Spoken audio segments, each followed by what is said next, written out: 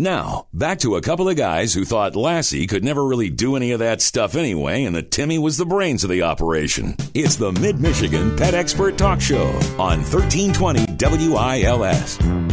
We're back here with the Mid-Michigan Pet Expert Talk Show. Rick, in this segment, we're going to talk with Mindy Storen, who is the founder of Closer to Home Animal Advocates. And we've got her on the line. Welcome to the show, Mindy. Thank you. Mindy, can you tell our listeners a little bit about your rescue group? What kind of dogs do you typically rescue?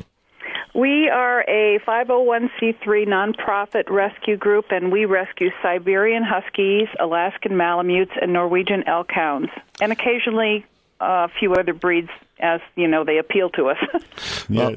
No, go ahead, Lee. Oh, and why did you go ahead and choose those particular breeds?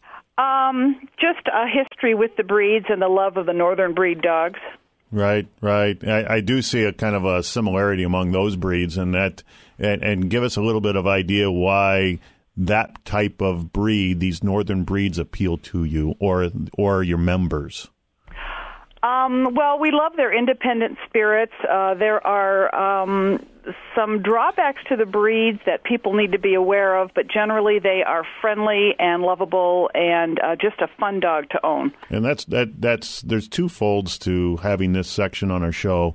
One is exactly like you described. Let's learn a little bit more about them, and then let's have a better understanding of who might make a good pet owner. Okay. Well, first let me tell you that all three of the breeds, from our website, you can learn about them. We've got a tab called About the Breeds, and I'll give you that website a little bit later. But the Siberian Husky is bred, they're all working dogs, and the Siberian Husky is bred to run and pull sleds, and they have a very independent nature. The good part about them is they're very lovable. They are not watchdogs. Forget how they look. They are just not watchdogs. The bad part is that they are runners and love to escape and love to dig. So those are the kind of things you have to accept when you get that breed. Malamutes are larger than Huskies. They are bred for their strength to pull, and they are extremely lovable. The bad part is they aren't always good with other Malamutes. And they are just very large dogs, so you really need to be able to handle them. Elkhounds are the ancient Viking dogs, and they were bred to hunt big game and hold them at bay for the hunters. They're extremely smart and very independent. The drawbacks are they're extremely smart and they're very independent. So those are the goods and the bads of those breeds. Okay, so think of an ideal home where either one or all three of these breeds would really fit into, and then think of situations that have come up that kind of puts a red flag.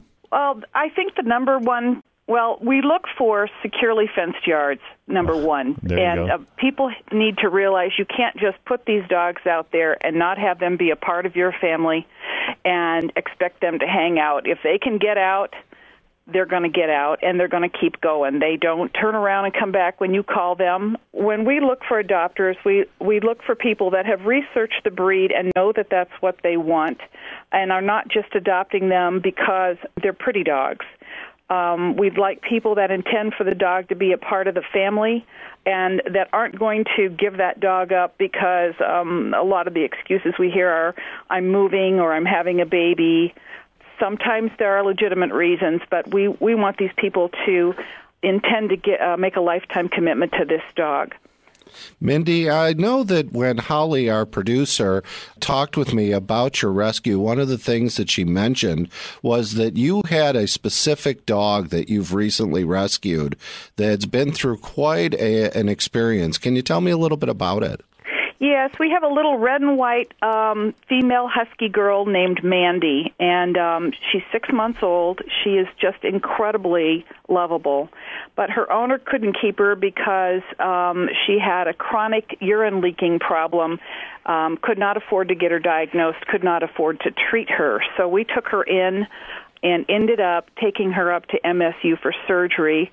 She had what is called an ectopic ureter, where this little tube that goes into her bladder was not going in where it was supposed to. The cost of that surgery was $3,000, and she is recovering here with us now, spends a lot of time in my lap. Incredible little dog. The cost of the surgery was $3,000. Her temperament is so wonderful that it was just worth it. And once she is fully recovered, we'll be looking for a real special home for this girl because we think she's just awesome. We will have her story on our website at www.cthaa.org. And there are pictures and videos of little Miss Mandy. And Mindy, how do you get a hold of most of the dogs that you have? There's this one unique situation. How do most of the dogs come to you? Most of the dogs we pull out of shelters that their time is up. I think people need to be aware that there are still 2 shelters in Michigan that sell dogs into research, and there are numerous that still euthanize by gassing dogs. And so we try to save them. If they don't find a home through the shelter, we try to save them before they meet that kind of a fate. That's where the majority of our dogs come from. Another point is making sure people spay and neuter their pets because there are millions dying that way in shelters every day. Yeah, that is a very, very important point. Mindy, how do you go about raising funds for your organization as a 501c3? I'm sure that donations are an important part of it. What fundraisers do you typically do? We do some pet events, but we do a major fundraiser each year. We have one coming up on Sunday, September 12th, called the Save Our Snow Dogs River Tour.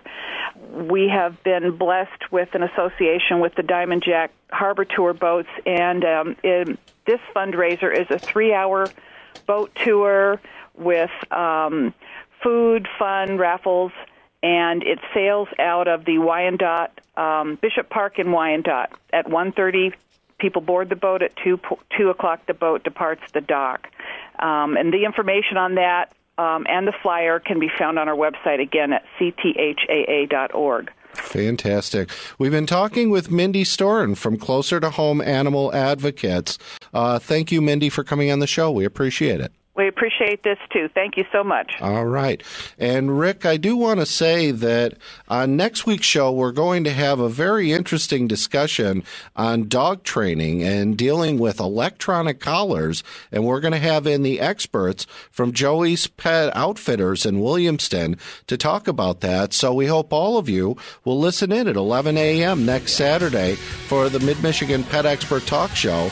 Meantime, on behalf of our producers, Holly Rotter and Nick Casey, and my co-host, Rick Bruce, this is Lee Cohn wishing all of you a great week and reminding you to please take darn good care of your pets. We'll see you next Saturday at 11 a.m. here on the Mid-Michigan Pet Expert Talk Show on 1320 WILS.